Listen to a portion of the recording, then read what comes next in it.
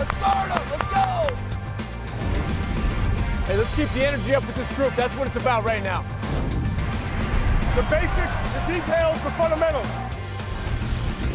I want to play our way. I want to play solid basketball. Guys, it's not supposed to be easy. Poise with this type of force. That's the formula. Hey, it's Tim Legler, and I recently had an opportunity to sit down with a group of coaches who have reached the promised land. Guys that have won NBA titles as head coaches.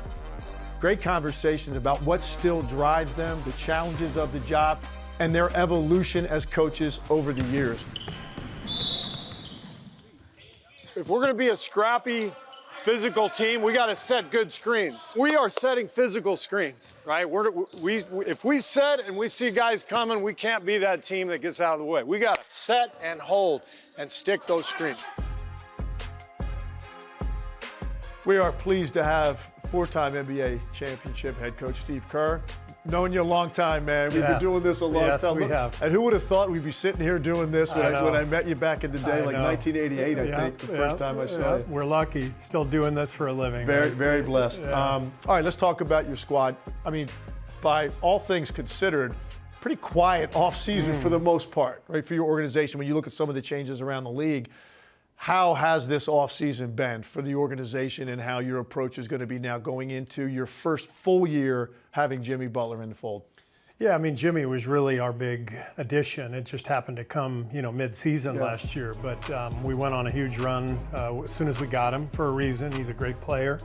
And now we have him for a full season, and we feel really good. We finished the season really strongly. We beat Houston in the first round, and had a decent playoff run going before Steph got hurt, and then Minnesota, took care of us pretty easily. But all in all, I'm excited about our team, our upcoming season, and our prospects. We're a little older, but we got a lot of guys who can play. And you mentioned Steph, and obviously it starts with him, and you talk about being blessed to coach him. I've been blessed to watch him. I mean, I think he's about as much CTV as you're going to get in sports. Can you talk about what you've seen in coaching him, the impact that he has as a guy without touching the ball, the amount of offense that he generates and opportunities he creates? It's really kind of unique unto him in the history of the game. It is. And even though he has changed the way the whole league plays in terms of the three-point shot, most of the guys that we're talking about are either or, on-ball, off-ball. So the fact that Steph can do both makes him the ultimate weapon. We've gotten so many shots for other people just based on Steph running off the screen and drawing a ton of attention, and his willingness to play off the ball, his love for the movement has given us a style of play that's been really appealing for our fans, and that's been very successful too. Steph, that is the sign of a true superstar on a night that's not your night to do what you did down the stretch. That's who you are. It's just incredible. Who do you think this year potentially you could see have a little bit of a breakthrough with some of the younger guys on your roster based on what you see maybe in the offseason or the way they finished the year in terms of your rotation? And you could see, hey, you know what? I think there might be an opportunity here for one of these guys. Yeah, I mean, I think Quentin Post would qualify as somebody who might surprise people. He played well for us last year. He was a late second-round pick. But he's a tough, competitive guy. He can really shoot it, and in some ways, the name of the game these days is to have a five-man who can shoot the ball, because it just spreads the floor. And so if you can space the floor these days, it just makes the game so much easier. And Post showed enough last year to think that he could be a big part of the equation and give us a dimension that we haven't had a whole lot of lately. All these years doing this, every offseason is different, but how do you feel at this stage of your career? You've had all this success. The team is a lot different. The personnel changes that you've had over the last several years. How do you approach it this deep into your career? What's different? How have you evolved? What have you learned about yourself? Well, there's a big advantage in having won some championships. There's no monkey on my back. I'm not trying to prove anything. I love what I do. I love going to work every day. But with that said, I'm competitive as hell, and losing kills me, and that's what drives me, is the joy in winning, the challenge that comes from trying to accomplish something special with a group of guys. So just the ability to have that opportunity with a team like this year after year. I've been so blessed. I mean, I've been coaching Steph Curry and Draymond Green literally my entire career, and now Jimmy Butler. So I've been so lucky coaching great players and teams that have a chance year after year, and I'm as excited as ever going into this year. Good, Dre. Nice job, Dre. You're the flash guy, right? If the guard's going to take you, you can step out and catch him. You're such a calm, cool, and collected guy, man. You always look that way during the games. I'm scared to death. Was there a moment, though, when this all sort of sunk in? Like this journey you've been on, man, and what it culminated with? Yeah, taking the guys out of the game in Game 7 was pretty cool. Yeah, here's what we got. You can run anything you want. Everybody's got to touch it. You got to shoot a 3. If the 3 goes in, your team gets 3 points. Let's say in this situation, there's a minute left in the game and we're up by 7, or we're up by 9. And we get the ball side out of bounds with 3 on the shot clock. I might tell you to take a 5. All right, we may just take a 5-second violation. What we don't want to do is jack up a shot and give them a live ball turnover, basically a live ball going down the other end. And we are pleased to be joined by, I can say it now, NBA championship head coach, Mark Daigneault. Incredible what you guys did, and I guess that's where I want to start. Like, you know, this is obviously the first year you're going to go into a season with that feeling. How has your offseason been different? What feels different to you? Every year is different. You have different circumstances around the team, and we've had changing circumstances every season, and we try to have the same principles and then just apply those principles to what's coming at us. And our team's done an unbelievable job of adapting to that, understanding what our challenges are. This year is obviously going to be no different. You know, we have a tall task ahead of us, and so we got to get back to work. But you know, we enjoyed it, and the guys deserved it, and certainly gave that the time that it deserved as well. You're the flash guy, right? If the guard's going to take you, you can step out and catch him, play weak side overload. The other thing you can do is come up and screen if you don't get an initial one there. You look at your arc here as a coach, 6th year, right, starting. Yep. 22 wins to 68 in a championship, right? Every year you raise the bar, and obviously culminated with what just happened. How do you continue to raise the bar? What's the challenge? How is your challenge delivered, the message to your group? I mean, really not thinking about it like that, and just trying to dull it down to what we have right in front of us, you know, in this moment. You know, I think the minute you zoom out and you start to think too big picture, it's almost a distraction. The most important thing for us right now is getting ready for training camp, because that's the next thing we have. We don't have a game. We can't win a game until October 21st at the earliest. So we've got to get ourselves very present in where we are on the calendar, and where we are right now is preparation and then camp, and then, you know, take it a step at a time, do your best and improve through that process, and then see where that takes you. And that's what has yielded the results that we've gotten. And so we're not going to deviate from that. You guys, I didn't cut the check, you didn't cut the check, but somebody did. It's a lot of money you invested in your top guys this summer. It was a key, obviously, it's over $800 million guaranteed money to those top 3 guys, because it was that important, I think, to the organization to keep those guys together. Yep. Just talk about their growth, like the 3 of them, and how they have, you know, formed their relationships and how they've grown as leaders going forward. Yeah, I mean, I'm incredibly happy for those guys, as well as like Jay Will and all the other guys in previous years that have gotten second contracts here, you know, that have been compensated for what they've contributed. And Shea, Jalen, and Chet are obviously the latest example of that. AJ Mitchell was another guy that got a contract over the summer.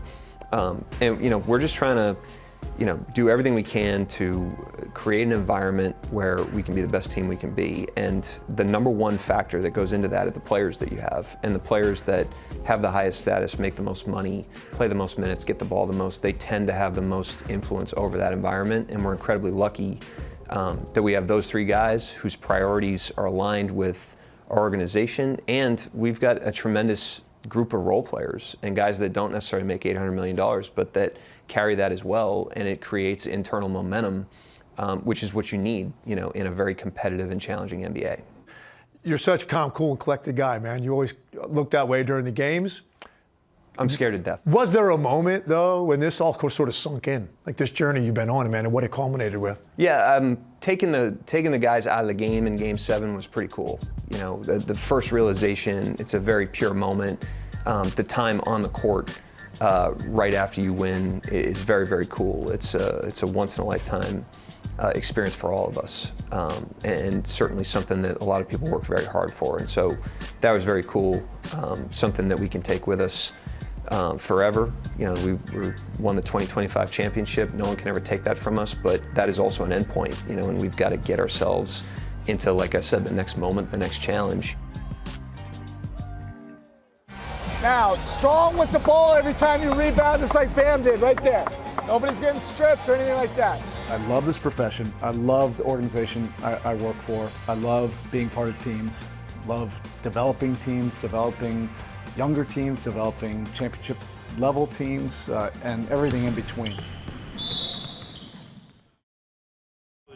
So whether you're up or back, just make the ball the priority. And he does this. He's never leaving. That's very nice. Let's do one more of those. One more, exactly the same two. I really like that. And we are so pleased to be joined by Erik Spoelstra, two-time NBA championship head coach, longtime coach of the Miami Heat. And I want to start with this stage of your career, man. You've been through it all. You've won championships. You've been on teams that struggled. You've had a lot of some seasons maybe that had some turmoil, injuries, you name it. Just how you have evolved as a coach as you approach your off seasons and you get ready to start another new year with some more personnel changes. Like how are you different today than when you first started doing this gig? Yeah, I mean, it's quite a bit. Quite a bit. My first 2 years, you know, we made the playoffs both years, but I would say, you know, most people didn't really think my career started until we had those championship level teams. So I was able to make a lot of mistakes those first 2 years when no one was watching. But, you know, the game has changed. You know, it's like every 5 or 6 years, there ends up being some new things that you have to adapt to quickly. But I love this profession. I love the organization I work for. I love being part of teams. Love developing teams, developing younger teams, developing championship level teams, and everything in between. I just feel very fortunate to be in this profession. Good rep, Gabe. But I think some of those years that were challenging were probably the greatest opportunities to grow and evolve during those off seasons. Now, strong with the ball every time you rebound, just like Bam did right there. Nobody's getting stripped or anything like that. The only pass is up. And then if it's not there, it's not there. I think a guy that raised the bar on what his ceiling is a year ago, Tyler Hero, and the year that he had much more responsibility offensively, and he absolutely answered the bell. What did you like about his growth a year ago? And did any of that surprise you that he could kind of take his game to that level? I would say what wouldn't surprise me is his commitment to improve every offseason. Yeah, he's one of those kind of guys that's hardwired to work in the offseason and almost to an irrational level. You know, he's one of those guys that you're trying to reel back a little bit in terms of his work, but he puts so much time in. You know, that's one thing. But the second thing is he's also very honest about the things that he needs to improve on. And he and I have had, you know, several meetings over the years after the season. Hey, you know, these are the things that you're going to have to focus on. And I've usually asked him, and he's usually right on the money of the things that I was going to say. And then he just gets to work. And you're really happy for guys. You know, he was able to make the All-Star team. That's been one of his goals. And you know, like I said, we don't want to limit guys and say, no, you should only be focusing on this. Like that's something he wanted to do, so we want to help, you know, make that happen for him, and then also hopefully it leads to winning. So you have a major personal acquisition, Norman Powell, now in the house for you guys. He had an incredible year with the Clippers a year ago. In assessing your team and then looking at him coming in, his impact, what specific areas of improvement are you looking at your team and saying, we absolutely have to clean this up and we have to be tighter here? Because you're evaluating film all the time, looking at your personnel a year ago. What areas are you identifying as what I call non-negotiables with your team? Like, this absolutely has to be better. Well, offensively, we need more scoring. We need more offensive output, and Norm Powell is one of those kind of guys. You know, he had a career best year last year without even going into all the details. He's a great three-point shooter. He's great with the ball. He's great without the ball, which is important. He's great at attacking, particularly if he can get to his right hand. Finishing in the paint. He's got a touch, inside the circle. We need all of it. We need all of it. We need to improve offensively across the board, and he can be a big part of it, so you can't just scheme for specific players. We just need a little bit more depth, a little bit more versatility offensively. We think it'll be able to help. One of the things I've really admired about you as a coach, and I've often said I wish as a player I could have played for a guy like you, because I've always felt like you value players for what they do well. And you treat it like if they have weaknesses, which we all do, it's your job to protect them from those things. But you don't harp on those things. You focus on what value they bring to your team. Can you talk a little bit about that? Because you've identified a lot of guys over the years that have come in and had great success in your system, that some people might have been surprised that they could be that level of an NBA player. Well, we love that process of it, trying to help players reach their dreams. Whatever they have imagined, in their mind, we want to make it happen. We're at a point now at the Heat that you kind of know what you're signing up for. So you do have to have some level of buy-in. They understand that there's going to be a level of expectations and standards and what we're competing for all the time. But both things can be true. We can try to compete for championships and have the culture and have our standards, but also be dream makers and allow people to explore their strengths. We want to show great belief in players. That can move mountains, but it takes a symbiotic relationship. Whatever you want to do individually, but also make it happen for us, what we're trying to do as a team. Been saying it for a while. We've been worthy to win, and during that stretch we were not winning, but we're still doing the things that make you worthy to win. Well, it's for a moment like this. You guys need to be sprinting, talking, and pointing. Sprinting, talking, and pointing. As the game evolves, you have to evolve with it. And your attitudes and the way you see things, you've constantly got to be open to change. Green is going to score. Green's going to throw it around. They're going to score on a layup, all right? And then this is get it in quick. They scored! They scored! They scored! Get up! Get it up! Get it up! Good, good, good. Third group, third group. Pleased to be joined by Rick Carlisle, head coach of the Indiana Pacers, NBA championship head coach of the Dallas Mavericks, and of course had the heartbreaking loss Game 7 a year ago. Let's start there. The emotional toll of that, such a difference. Not only do you lose the game, which obviously that's heartbreaking, but Tyrese going down the way that he did, just kind of the state of where you guys are emotionally, his status as well, recovering from surgery as you get ready to start the year, trying to get back to the finals. Yeah, he's doing great. He had actually had surgery less than 24 hours after the injury, so he's doing really well. Game 7 was rough. Of all the games in that series, Game 7 was the game where we finally had a really good start to the game. Yeah. And then the injury happens, and when it did, it's a heartbreaking thing. But we have a resilient group, rallied the guys and said, hey, nothing changes. The things that we're concentrating on that have gotten us to this point are the things we're going to keep hitting on. And I think we had a 1-point lead at halftime. In the third quarter, they just, we just couldn't stay with them. And so it was tough. And now going forward, you look, obviously he will be back at some point. We don't know when, but he's so critical to the style that you play offensively with player movement, ball movement, the way the ball hops. A lot of that is Tyrese Halliburton creating that. So what's your approach here going into the season, knowing you're not going to have him initially? And how does that affect what you're going to try to do offensively? Well, it's going to be a big adjustment because a lot of things change. It's not just that you're losing a great player. We started our games last year when healthy with 2 point guards starting, 2 primary playmakers. And so with Nembhard bumping over and presumably Ben Mathurin as the starting 2, we have one true point guard. Now, that'll put the ball in Pascal Siakam's hands. He's He's a playmaker of a different sort, being at the power forward position. But we're going to have to get creative. The game's going to look different. We're going to have to double down on the things that were successful for us last year, which is speed, running, ball movement. You know, our defense got better. It'll be a challenging season, but there's great opportunity. And the adjustment, not having Miles Turner for the first time, he's been a big staple of your offense, really on both ends of the floor. But offensively, that pick and pop, that stretch big, which was such a big part, I think, in his fit with Pascal and with Tyrese. And now, you know, Miles is not there anymore, so you could talk maybe about the adjustment there at the 5 spot for you guys. Yeah, well, we don't know who's going to be our starter. I mean, when we had Miles, you know, he was one of our big 3, really, with him, Tyrese, and Pascal. And so it's going to be a by-committee thing this year. Isaiah Jackson, James Wiseman are both back from injury.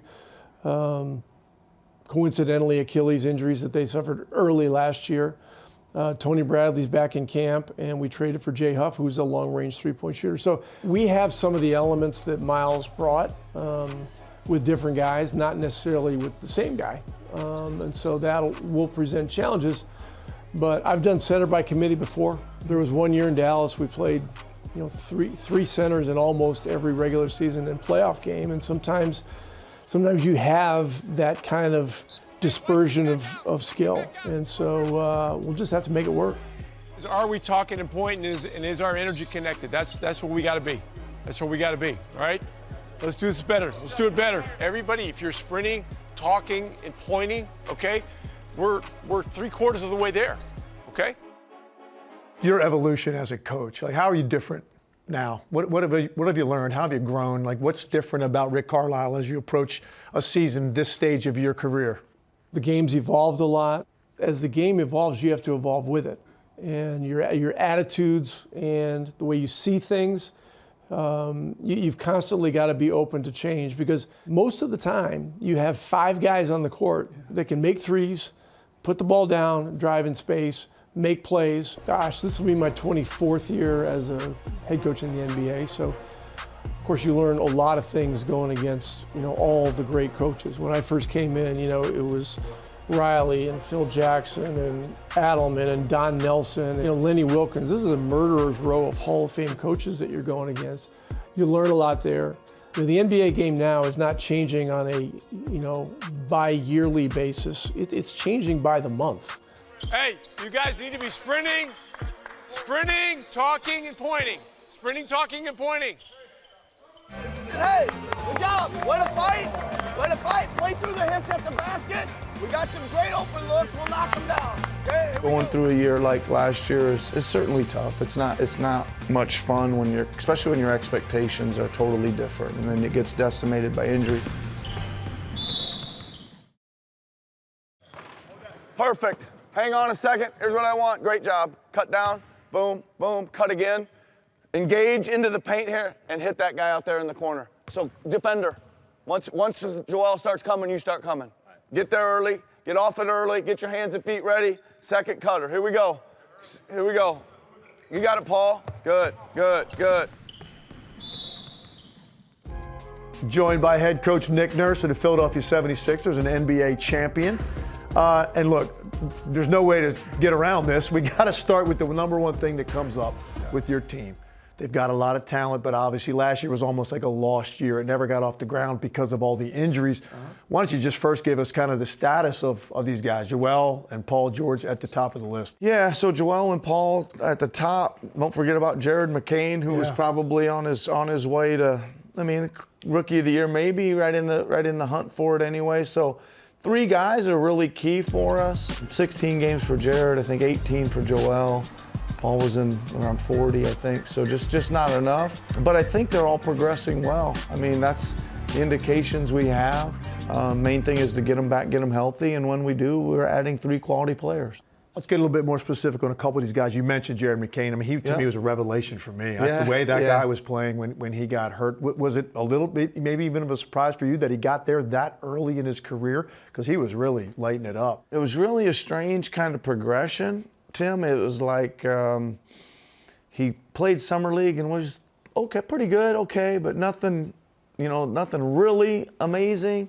And then we went to training camp, and it was just like 5 days of just unbelievable play. I mean, he just went from like, boom, and everyone was like, whoa.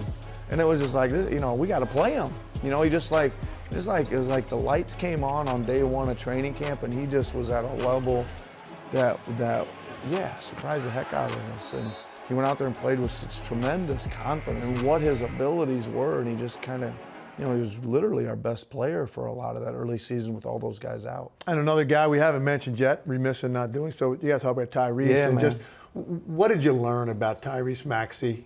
That's a lot of adversity this team faced. He was still the guy out there every night, you know, trying to get it done. He's a special talent, but how has he grown in going through something like that? He's grown, I think, because he did go through it. I think he started a little slow last year, and I think he was more just like disappointed that he wasn't out there with the other guys.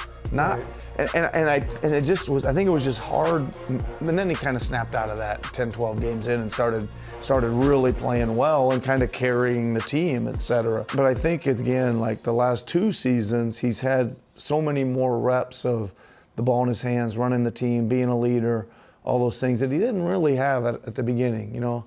James Harden had the ball and was kind of orchestrating everything, and so he had to make a big leap in a lot of areas, and he's getting there. And you also had a very high draft pick. I was disappointed. I was calling some games in Vegas. I didn't see him in Vegas, but because he played very well. I think it was in Utah. Yeah. And then VJ Edgecombe, you had to shut him down for the summer. But talk about him and what he's bringing to your team. I think the people in Philadelphia are really going to like this guy. Yeah, he's great in a lot of areas. One, he's got a tremendous engine, and by that I mean not only to play, like, you know, when it's really fun and important, but every day. Like, he's really had a great summer. We went to work on some things right away with him that we knew he had to improve quickly, and he's just really knocked that stuff out of the park. He's got a package of athleticism that's almost every day you're like, whoa. You see him do something, you're like, how did he get from there to there so fast? That's exactly what I saw on film too. So it's interesting, and he'll definitely be a big part of what we do this year. That's great. Now let's just assume these guys are back and healthy. What areas though do you think you need to improve overall as a team? Like, what are some priorities for you with this group going into this season? Yeah, I mean, I think it's really hard to compare anything with last year. I mean, we had 40 players on the roster, so it's literally hard to compare with that. But listen, I think if you're looking at it, you know, on paper and what's going on, you know, are we going to be able to defensive rebound? I thought we were poor in transition both directions last year. We just didn't have enough team speed, which is why we did add a lot of youth and a little bit more athletes and length and things like that. Hopefully, again, the depth will be there. Should be, right? I think there's enough guys there to provide some depth, which I think you need. I mean, the game's changing pretty quickly, right? The full court pressure, the speed of the game, playing 10 players, you know, regularly, things like that.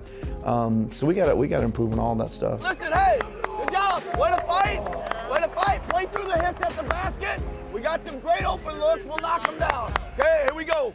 And finally, for you, your evolution as a coach, man. You've seen the highest of the highs. You had a year like you had a year ago. Yeah. How have you changed in this job and just the way you approach it, and how have you grown? Well, I mean, I think going through a year like last year is certainly tough. It's not much fun especially when your expectations are totally different, and then it gets decimated by injuries. But you know, I just got to approach it the same way. I really want my team to be prepared, and even though, like I said, 40 players last year, it is just the way I want them to leave the locker room before the game feeling like they're ready to go and prepared of what they're going to see that night, and put them in good, you know, situations where they can succeed. Shin swing rev, good job. Good, good. Hey, gotta get back to winning the effort stats. We were killing them on the glass. Win the glass, win the transition, win the game.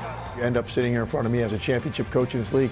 How have you evolved? How have you changed? How have you grown? What have you learned about yourself throughout this journey? Yeah, I think every season presents different challenges, and every season exposes yourself to yourself, right?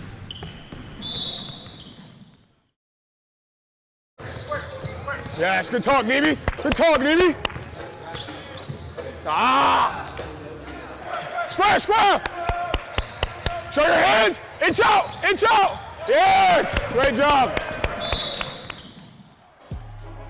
Very happy to welcome in Joe Mazzulla, head coach of the Boston Celtics. I think I just want to start with just first kind of, I guess, maybe encapsulating your season a year ago. You know, coming off a championship, you come back trying to defend, you end up with the injury to Jason Tatum. Like, just kind of walk us through your season overall and how you viewed where your team was. Obviously, it didn't end the way you wanted it to, but just kind of how you view the season overall and looking back on it. There's two seasons, right? I mean, I think there's the regular season and then there's the playoffs. And I think the regular season, the preseason and the regular season has its own challenges, and then the playoffs has its own challenges. So I thought our guys did a great job coming into training camp with the right mentality. I thought we attacked the regular season well, 61 wins. I thought the first round went good, and I think in a playoff series against another great team, when you have some poor moments, your opponent can get the best of you. So I'd say just two things there. I mean, I appreciate and love the mindset that the guys came in with, you know, after winning, going to Abu Dhabi, the guys that we had of you know, competing throughout the regular season and having our goals and our standards. And then when you have a few bad moments in a playoff series, a team can get the best of you. And now you face a daunting task, not having Jason Tatum. You know, we're going to see him some point down the road. We don't know when. How does that change? I mean, I know you're philosophically how you guys want to play offensively, but I mean, this is a key guy that generates a lot of that offense with his talent. So how is your approach going to be any different this year without Jason? Yeah, I mean, I think you just always leverage your roster. We got great talent. We have great players. We got Jalen, we have Derek, we have Peyton, we have Sam, we got Anthony. And then we got guys that have been waiting their turn to play, you know, and so I think it's just a matter of leveraging the roster that you have. They have great strengths, and I think you take a look at it, especially the 3 years that we've been here. We won a lot of games when we haven't had certain players, haven't had 2-3 guys out, and it's a testament to really the locker room. It's a testament to the system that the guys play, and you just have to focus on that as much as possible. Hey, got to get back to winning the effort stats. We were killing them on the glass. Win the glass, win the transition, win the game. Well, Jalen's accomplished an awful lot in this league, but do you think in Jason's absence right now, obviously the offense is going to be more of the focal point around Jalen. Is there another gear for him, another level? I think so. I mean, I think he knows that. I think every year, regardless of who's on the floor with him, he's always looking to push himself to another level, and I think you know, we will see that this year. Where do you think expanded roles will come from? You mentioned a couple of guys. You know, is it Peyton? Is it Sam? You mentioned Anthony Simons, a guy you're bringing in. You don't have Drew Holiday anymore.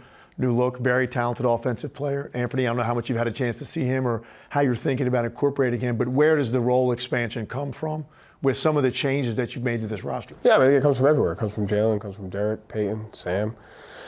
It comes from Anthony. It comes from the guys that have been waiting their turn that have helped us win games. You got Nimi, who was a backup center for us, but has won games for us and has won critical moments for us. Right? It's just about winning possessions. It's about winning quarters. It's about winning every day, and guys have done that, and we just have to continue to stick together and play the system, play Celtic basketball. At the same time, you know, there's a lot of talent there, and they got to be ready to play, and I know they will be.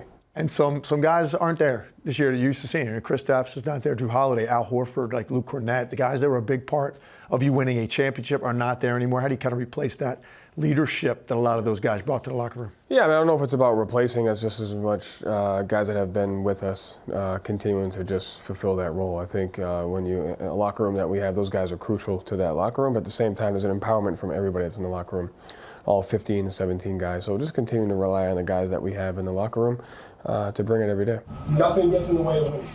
Nothing gets in the way of winning. All right? Everything else, I appreciate it, guys. Especially that first one.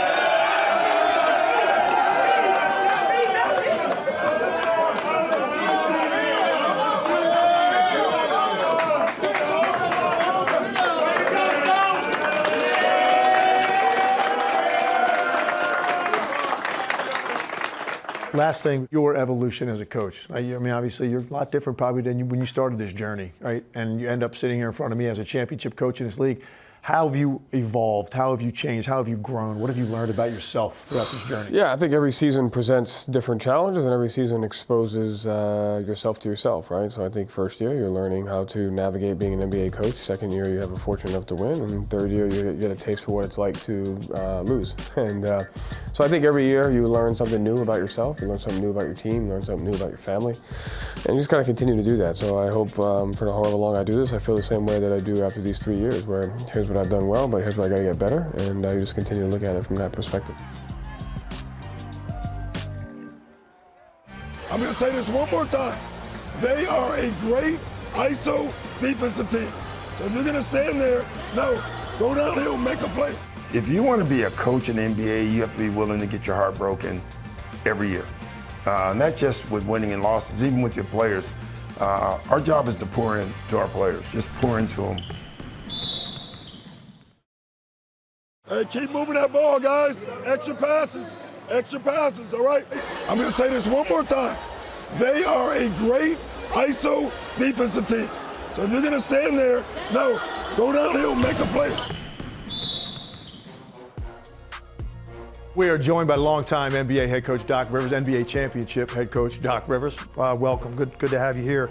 I think the first thing we always start with coaches is just kind of encapsulate last season. Yeah. I mean, obviously a tough ending, not only with losing to the Pacers, but losing Damian Lillard in that series, dealing with injuries throughout the year. So just kind of reassess your year overall with that group. Good year. Started out miserably, if you remember. But I think what I remember most about last year, I think we were 1-9 or 2-8. No one panicked. We all knew we were good. Like we knew it. And then we really got it going and ended up winning the Cup, the Emirates Cup, which was a fantastic showing. Played Oklahoma in that final game and beat them, and they ended up being the NBA champions. It told you how good we were at times. But overall, I love the team, very coachable team. And I think future, this is a team, because of our culture, we have a chance to win. And if you look at the team, even going back to their championship when Giannis won it, before you got there, that core group looks a lot different. Even the team that you took over when you first got there looks a lot different. And let's start with the addition of Miles Turner, losing Brook Lopez. So it's obviously Brook was a big mainstay with that organization, but I think you get maybe the best thing you could replicate that in getting Miles Turner, a guy that can stretch the floor and protect the rim. The thing, and Tim, you've been around this game, that you never know is when you lose leadership out of the locker room. And that is not going to be replaced, or it may be, but it's going to take a while because you have to build trust. But getting Miles gives us a younger version of Brook and does even more. I mean, and so that was a big upgrade for us, an upgrade we didn't see coming. And him and Giannis, he's younger than Giannis. You know, those two together, that can forge a long future. Well, now that you mentioned Giannis, let's talk about him because, look, you're talking about a guy that's still on any given night's the best player in the world. Yes. He had an incredible Euro basket. I watched a lot of that. He looked as dominant as ever. Just talk about now heading into another full season with Giannis, how you envision, not that the guy can get better, I'm not sure that he can, but still able to carry that kind of load at this stage of his career. Number one, this is his first team. Now this is Giannis' team. And I think he's going to take that very seriously. The second part, Tim, is after Dame got hurt during the regular season, I kind of shifted him to the point whatever, point forward, point center. And our offensive numbers took a major uptick. And I even saw things, that's why you try things. I remember bringing it up in coaches meeting. I said, I'm going to make Giannis a point guard. And my coach was like, no. You can't do that. I remember doing a game with you right about the time that was starting out, and you were saying this is what we were going to do, and you had incredible results with it. It was incredible because the best player on the floor had the ball already. That made defenses load more, and so we got so much more weak side action because of Giannis being involved in plays. And so his leadership will be tested this year. This is going to be his first time. Him with the ball more. We're still going to discover new things. I can't wait to get back in the lab with him. He is such a willing participant that it makes you really enjoy coaching. When you look at some of the areas that your team you think can get better and must get better, right? And you're looking at all those metrics, you're looking at all the analytics. One area that kind of stands out is the lack of pace and fast break points, right? Second chance points. What have you done in regards to the roster that you think could make that a little bit better? Everybody, we've gotten younger overnight. We have two guys that are in the top 10 in the league in transition, if you throw it. Kuz and Giannis. Kuz is number 9 in the league in transition. We have to get him in transition. So that's a priority for you this year. Got to play faster. We got to play with pace. And I've always said big pace is better than small pace, meaning big players. We have a big team, and our pace is like a snowball. going downhill. It's hard to stop us. And that opportunity, I think, in the East is still there. When you take a look at what Boston's dealing with right now with Tatum, when Indiana loses Tyrese Halliburton, I mean, the opportunity in that window at the top of the East is still there. I'm sure you agree with that. And you have Giannis on your roster. You almost have to think that way. Yeah, I do. Yeah. I do. I mean, we have Giannis and we have Miles Turner. We have Bobby. We have a ton of guys. We have some young guys that have to have bigger years, not better years. The thing I love about our team is our shooting is elite. Yeah. We shoot everywhere. I think we're the #1 team in field goal percentage, but we are in the middle of attempts. So we want to increase our speed. We want to increase our attempts. That's great. Last one for you, your journey. Yeah. This deep into your career, what is it that still on a daily basis you wake up and kind of still gets that adrenaline flowing? Like, where do you get the most reward still at this point in your career from coaching? It's a great question. I would say 2 things. Winning. I love winning. And then the relationships. And I say this all the time, Tim, with coaches. If you want to be a coach in the NBA, you have to be willing to get your heart broken every year. Not just with winning and losses, even with your players. Our job is to pour into our players, just pour into them, love them, teach them, push them. And sometimes that is not returned back. Sometimes they get away from you and they kill you because they're mad at you or whatever, and you don't care about it because 9 times out of 10 they come back to you and they want a relationship again.